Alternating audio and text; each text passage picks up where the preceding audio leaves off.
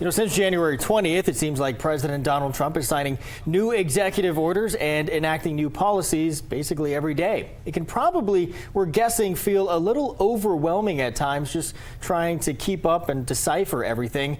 For example, there have been rumors swirling about ICE raids around the metro.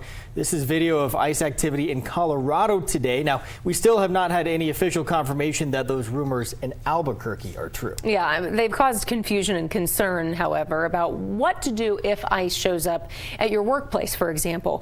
Let's get to Tamara Lopez, because Tamara, City of Albuquerque officials shared some really important information to kind of dispel the misinformation going out there.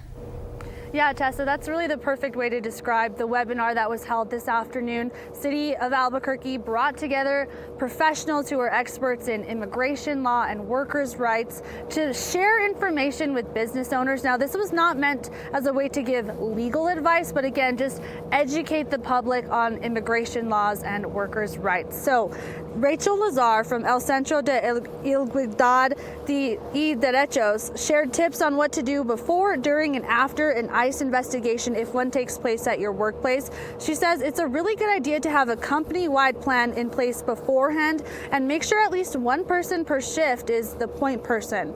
She also adds that before ICE activity, it's very important to clearly mark private spaces that are employee only with signage.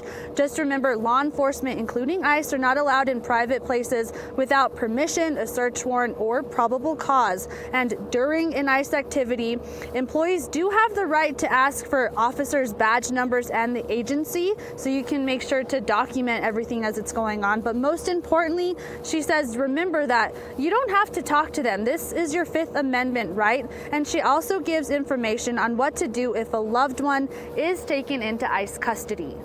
Organizations such as the New Mexico Immigrant Law Center, El Centro, the Mexican Consulate has a hotline that you can call to see if they can help identify where that person has been detained. It's incredibly scary when children get home and their parents are not there. It is incredibly scary for parents when family members are missing, and sometimes they don't know where people are being detained. She says it's also really important to train workers to ask to see a search warrant. These are very different from just an arrest warrant. And she also wants to add, again, it's really important that you know, as a business owner and an employee, you do have the right to ask for legal representation or union representation if that applies to you during any ICE activity in your workplace. Now, this is a lot of information. We just barely scratched the surface on what was covered today. So we'll have the full presentation and a link to more resources on our website, KOB.com, under this story. Back to you.